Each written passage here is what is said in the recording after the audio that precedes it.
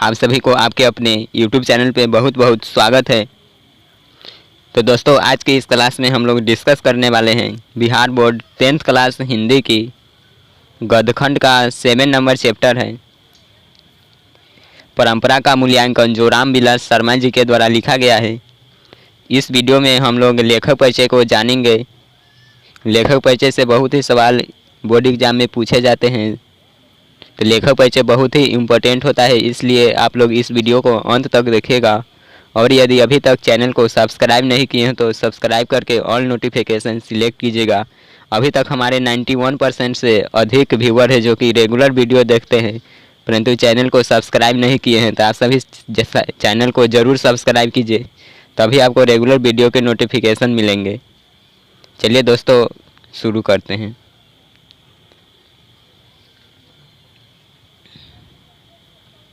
देखेंगे हिंदी आलोचना के महत्वपूर्ण हस्ताक्षर।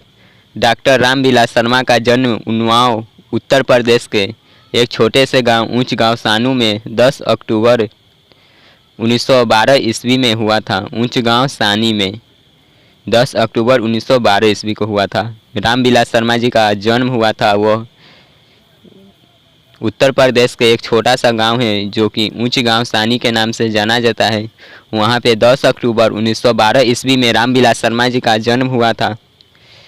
उन्होंने लखनऊ विश्वविद्यालय से 1932 ईस्वी में बीए तथा 1934 ईस्वी में अंग्रेजी साहित्य में एमए किया। पूछा जाएगा कि रामविलास शर्मा ने किस विश्वविद्यालय से एमए तथा बीए किए थे, तो हो जाएगा लखनऊ विश्वविद्यालय से। और बीए किए थे 1932 ईस्वी में, और एमए की बात हो तो 1934 ईस्वी में अंग्रेजी साहित्य से एमए किए थे। एमए करने के बाद 1938 ईस्वी में एक शोध कार्य में व्यस्त रहे। 1938 से 1934 ईस्वी तक उन्होंने लखनऊ विश्वविद्यालय के अंग्रेजी विभाग में अध्यापन कार्य किया। उसके बाद वे आगरा के बलवंत राजपूत कॉलेज चले गए और 1971 ईस्वी तक यहाँ अध्यापन कार्य करते रहे। बाद में आगरा विश्वविद्यालय के कुलपति के अनुरोध पर वे KM हिंदी संस्थान के निदेशक बने और यहीं से 1974 ईस्वी में सेवानिवृत्त हुए। 1949 से 1953 ईस्वी तक रामविलास जी भारतीय प्रगतिशील लेखक संघ के महामंत्री भी रहे। दोस्तों, पूछा जाएगा कि रामविलास शर्मा कब प्रगतिशील लेखक संघ के महामंत्री थे, तो 1949 से 1953 तक हो जाएगा। उनका निधन 30 मई 2000 ईस्वी को दिल्ली में हुआ था। दोस्तों, रामविलास शर्मा जी का जो निधन हुआ था 30 मई 2000 ईस्वी को, 30 मई 2000 को दिल्ली में हुआ था। आगे की ओर देखेंगे। हिंदी गद्य को रामविलास शर्मा का योगदान ऐतिहासिक है। तर्क और तथ्यों से भरी हुई साफ पारदर्शी भाषा रामविलास जी के गद्य की विशेषता है। उन्हें भाषा विज्ञान विषयक परंपरागत दृष्टि को मार्क्सवाद का वैज्ञानिक दृष्टि से विश्लेषित करने तथा हिंदी आलोचना को वैज्ञानिक दृष्टि प्रदान करने का श्रेय प्राप्त है। देशभक्ति और मार्क्सवादी चेतना रामविलास जी का केंद्र बिंदु है। उनकी लेखनी से वाल्मीकि और कालिदास से लेकर मुक्तिबोध तक की रचनाओं का मूल्यांकन प्रगतिवादी चेतना के आधार पर हुआ है। उन्हें न केवल प्रगति विरोधी हिंदी आलोचना की कला एवं साहित्य विषयक भ्रांतियों के निवारण का श्रेय है, बल्कि स्वयं प्रगतिवादी आलोचना द्वारा उत्पन्न अंतर्विरोधों के उन्मूलन का गौरव भी प्राप्त है। रामविलास जी ने हिंदी में जीवनी साहित्य को एक नया आयाम दिया। उन्हें निराला की साहित्य साधना पुस्तक पर साहित्य अकादमी पुरस्कार प्राप्त है। रामविलास शर्मा जी को किस पुस्तक पर साहित्य अकादमी पुरस्कार प्राप्त है, तो हो जाएगा निराला की साहित्य साधना।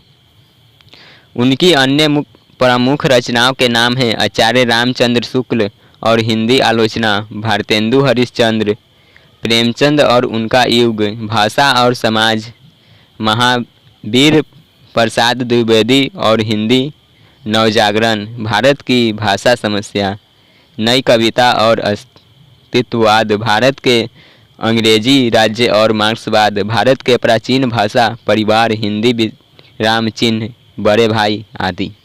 दोस्तों इसमें से कोई भी एक नाम दे देगा। जैसे कि पूछा जा सकता है कि भारतेंदु हरिश्चंद्र निम्नलिखित में से किनकी रचना है, तो हो जाएगा रामविलास शर्मा जी का। इसमें से कोई भी ऑब्जेक्टिव में पूछा जा सकता है, इसलिए इसका आप लोग एक स्क्रीनशॉट ले लीजिएगा। स्क्रीनशॉट हो गया होगा। अब आगे की ओर देखते हैं। पाठ के रूप में यहाँ रामविलास जी का निबंध प्रस्तुत है। दोस्तों परंपरा का मूल्यांकन है, यह एक निबंध है। पूछा जाएगा कि परंपरा का मूल्यांकन निम्नलिखित में से क्या है। ऑप्शन हो सकता है कहानी, कविता, निबंध, इनमें से सभी, तो हो जाएगा जो कि निबंध। यह निबंध इसी नाम की पुस्तक से किंचित संपादन के साथ संकलित है। यहाँ से ऑब्जेक्टिव बनता है कि परंपरा का मूल्यांकन किस पुस्तक से संपादित है।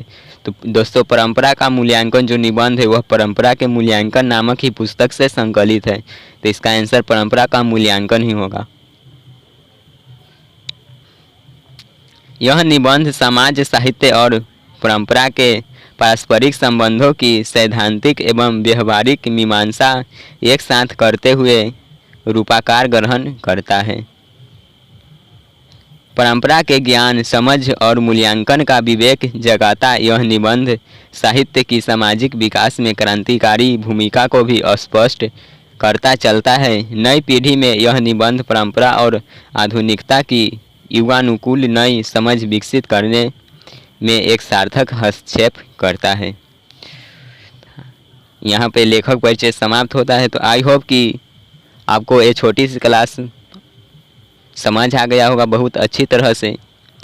आप लोग इसमें के जो भी ऑब्जेक्टिव का टॉपिक है उसे ज़रूर से याद रखिएगा। तो आई होप कि आपको अब किसी भी तरह का दिक्कत नहीं होगा।